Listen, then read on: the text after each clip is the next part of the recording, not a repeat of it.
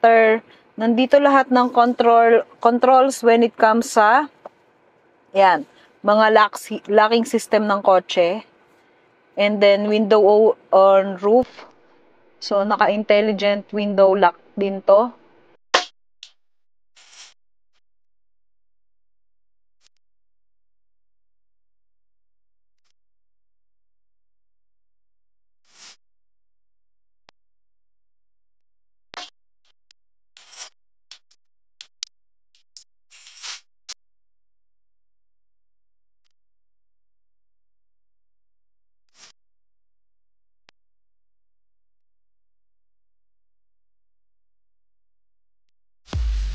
What's up guys? Summer here and welcome to another episode of Summer's Auto Marketing Channel. So for today's video, ang ipe-present ko naman sa inyo ngayon ay ang Dongfeng Ailius. So it is a hybrid engine and tignan natin kung ano yung mga specs niya. So kung bago ka pa lang sa channel ko, please hit the like and subscribe to my channel para lagi kayong updated sa lahat ng videos na ilalabas ko. So, let's go! So guys, this is the Dongfeng Ailius 1.5 turbo engine with electricity. So, it is a hybrid. So, gumagana yung pagiging hybrid niya by 0 to 60 seconds. 0 to 60 kilometer electricity yung gumagana. Then, pag nag-high RPM ka, saka lang gagana yung gasoline niya. So, SRP is 1,880,000. Then, one variant lang siya, guys. So,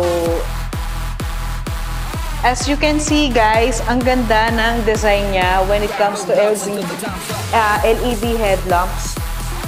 Continue siya dun sa kanyang variant. So, luminous din siya, ha? Nice. Plus, LED headlamps niya. So, daytime running lamps niya yan, guys. Then, ang ganda rin ng grills niya, ha, in fairness. With camera at the front. So, ayan siya.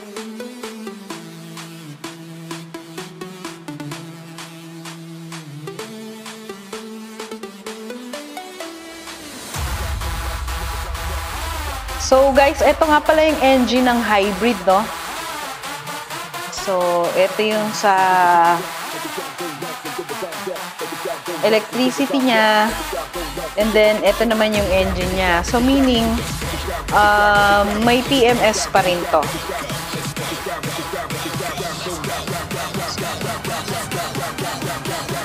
Ganda. Then, may cover sa taas. So, medyo mabigat nga lang yung kanyang hood.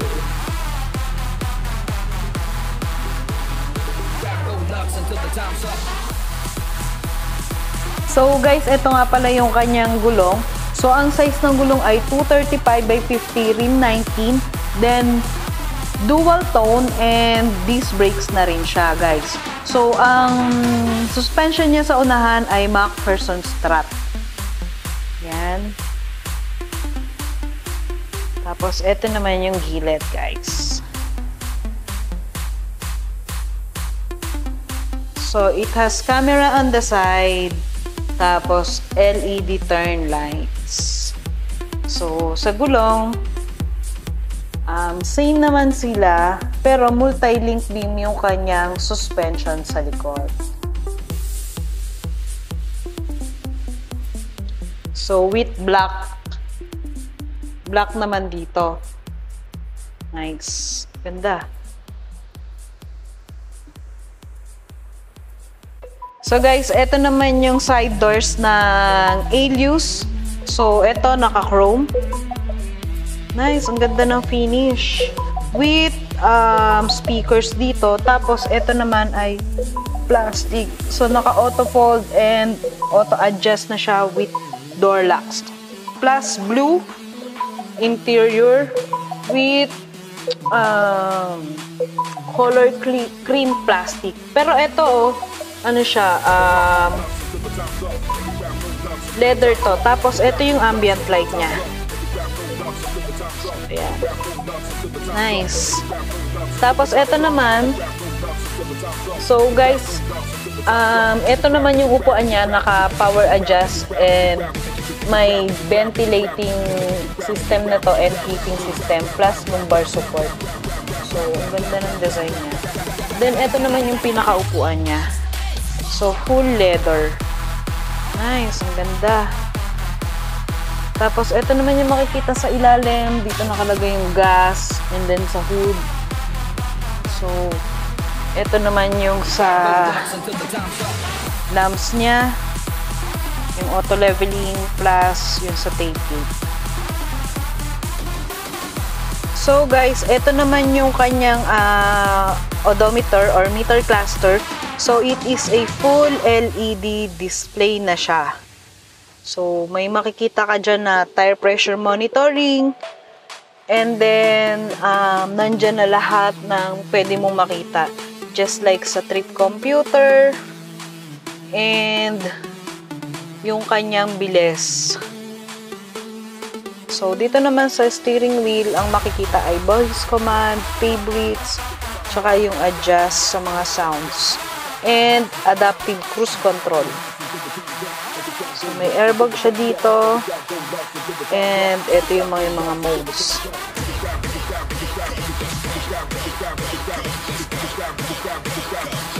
So, dito naman, yung sounds ng media. So, ayan, pag inangat ko, binaba ko.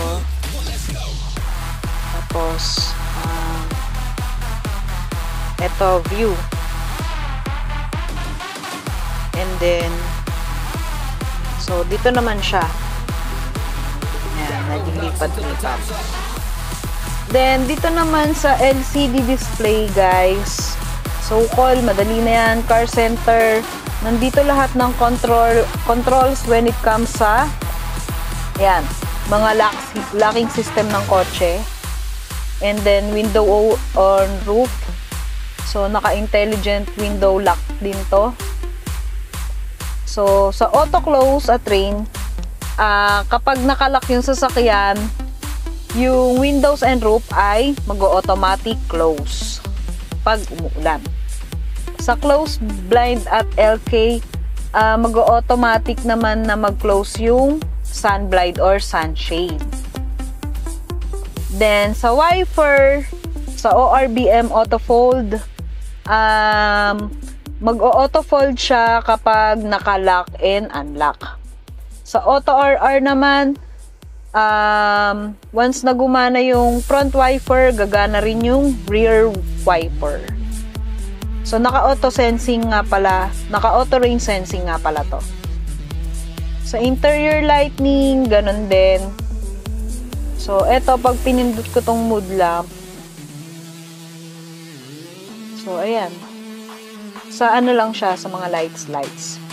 Then, exterior lighting, sa IHBC, naka-auto high beam, at saka, pwede siyang mag-auto high beam and low high beam.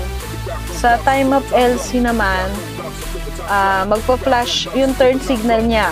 Pwede ka mamili kung 3 times, 5 times, or 7 times. Sa follow me home naman, magpa-flash yung lahat ng headlamps, pati yung sa DRL niya sa unahan. Para, yun, mailawan kung papunta ka sa home mo. Lamp signal, kapag naka-lock yung sasakyan, mag-open yung LED or DRL niya. So, lamp signal for locking. So, once na nilock mo yung sasakyan, iilaw siya. Then, pag nag-say hi ka naman, may auto parking or shifting gear ka. And then, so, yun lang. Tapos, sa convenient naman, may wireless charging, tsaka driving mode memory. Tire pressure monitoring. So, yan. Sa driver's assistance, mayroon naman nakalagay na front collision warning, at saka lane keep assist. Sa driving fan naman, you have internal power. So, sa driving mode, you have Eco Sport and Normal. Vehicle condition. So, dito mo makikita yung vehicle health mo. Driving data, yung layo ng tinakbo mo, tsaka yung energy flow. So, next. Sa settings naman, so, dito makikita yung Wi-Fi, display, sound, and system. Tsaka Bluetooth. So, testingin natin yung Bluetooth ko. So, guys, nakakonect na yung Bluetooth ko, no? Mabilis lang siya mag-connect. Then, pakinggan naman natin yung sounds na meron siya.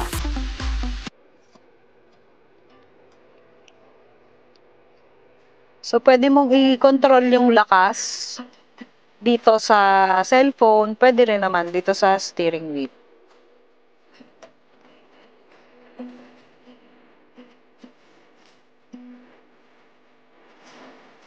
Ganda.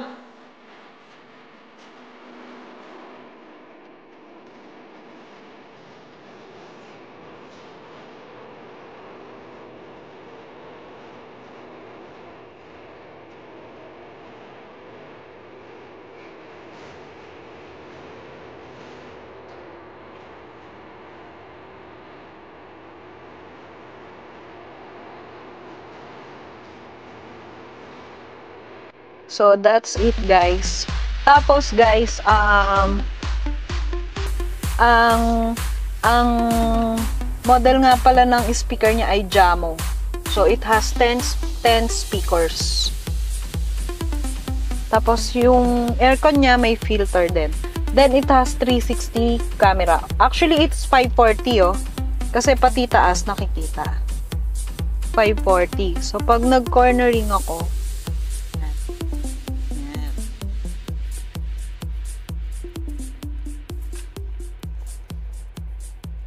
so, front row, yan yung makikita sa mga gilid. Back narrow, yan. So, pati gilid meron. So, that's it. And then, naka-push start and stop button siya with dial on the... May dial siya sa fan. Then, may auto mode din siya. AC, tapos, ito yung kanyang...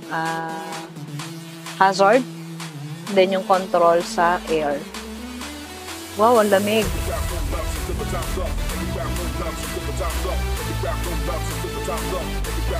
Tapos may wireless charging siya dito, then ito yung kanyang shift knob.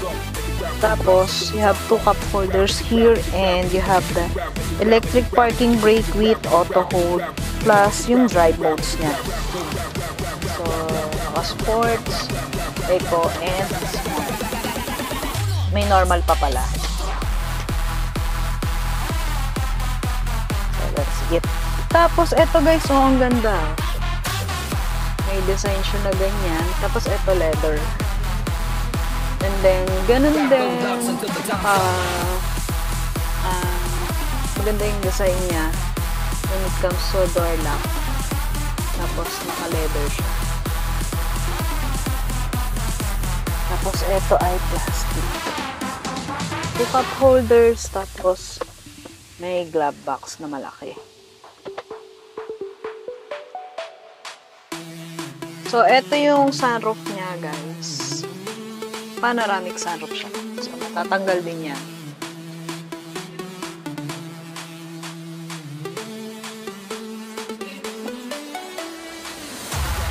So, naka-closed. Tapos,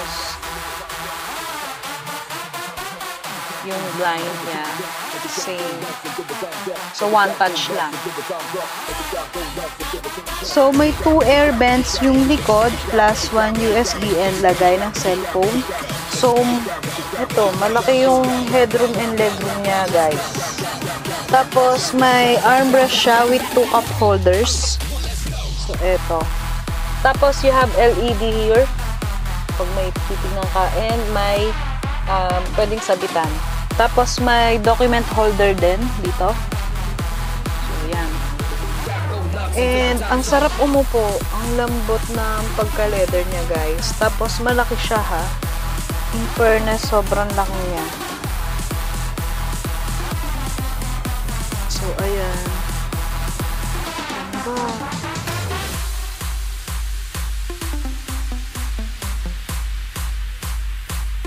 So, ayan. Saka palubog yung upuan niya, guys. Oh, ang sarap. Ang sarap umupo.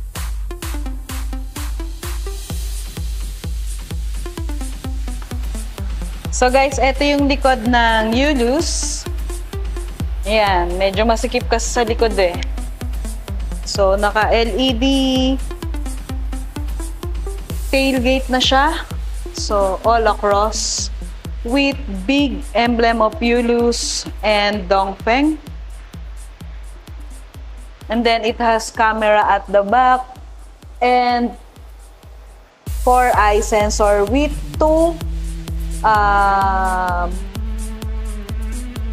with dalawang tambucho and skid plate. So, buksan natin yung likod. So, it is automatic, guys.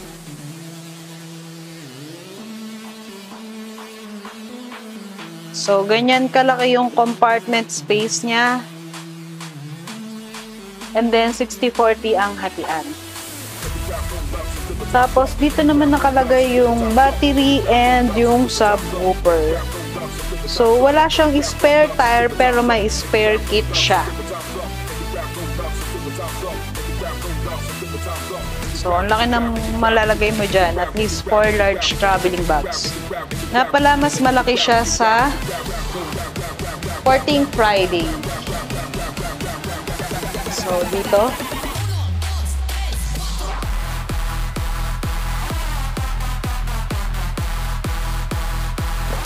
Nice.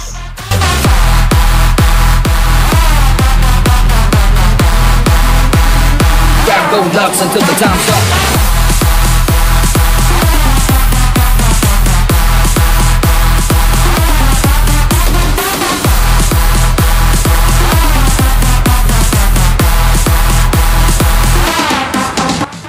So, that's it guys. And I hope na marami kayong natutunan sa pagbablog ko. So, for more inquiries and test drive, you can hit the number below para mas lalo ko po kayong ma-assist. So, Dongfang Alabang is located in front of Insular Life. So, likod lang siya ng festival, guys. So, again, please hit the like and subscribe button para mas lalo kang updated sa lahat ng videos ko. And we need to end this vlog. And bye-bye!